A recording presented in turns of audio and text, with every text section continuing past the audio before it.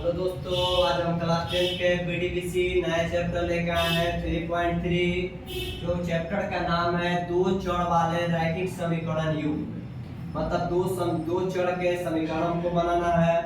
इसमें बोला है कि निम्नलिखित समीकरण युग्म को प्रतिस्थापन विधि से हल करें। मतलब हमारा समीकरण जो होता है तीन प्रकार के होता है। एक होता है विलोपन विधि, एक होता है प्रतिस्थापन विधि और एक होता है ब्रजगुणन विधि। तो हमको प्रतिस्थापन विधि से बोला है हल करने के लिए, तो केवल हम प्रतिस्थापन विधि से हल करेंगे।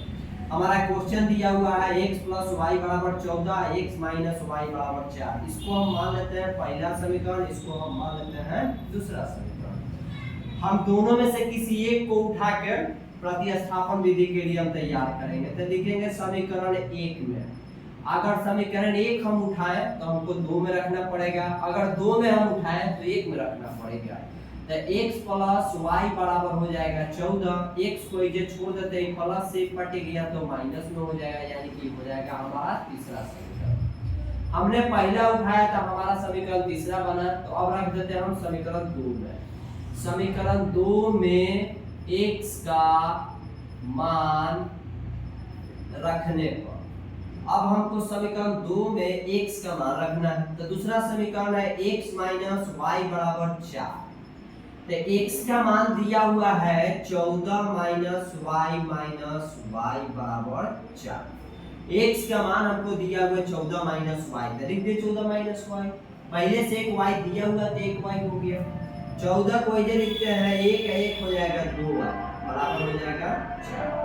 माइनस में हो जाएगा 2y, ये प्लस से कट जाएगा तो माइनस में हो जाएगा -2y। 14 में से 4 घटेगा तो -10 बचेगा, ये माइनस हो जाएगा प्लस, तो y बराबर 10/2, यानी कि इसको हम काट देंगे तो हमारा y के मान आ गया 5। हमारा एक आंसर आ गया। अब हमारा दूसरा आंसर लाना है, तो दूसरा आंसर लिखेंगे किसी एक में रख देंगे। एक में रखे, 2 में रखे, 3 में रखे, किसी में भी रखेंगे हमारा आंसर सेम आएगा। ये नहीं कि हम एक में रखेंगे तो x के मान अलग आएगा, 2 में रखेंगे तो x के मान अलग आएगा, 3 में रखेंगे तो x के मान अलग आएगा, ये नहीं है। सब किसी में भी हम रख के हमारा x का मान सेम आएगा। तो हम रख देते हैं समीकरण 3 में y का मान रखने पर। समीकरण 3 हमारा है x = 14 - y। तो 14 ठीक है, y के मान हम लोग को कितना आया है 5।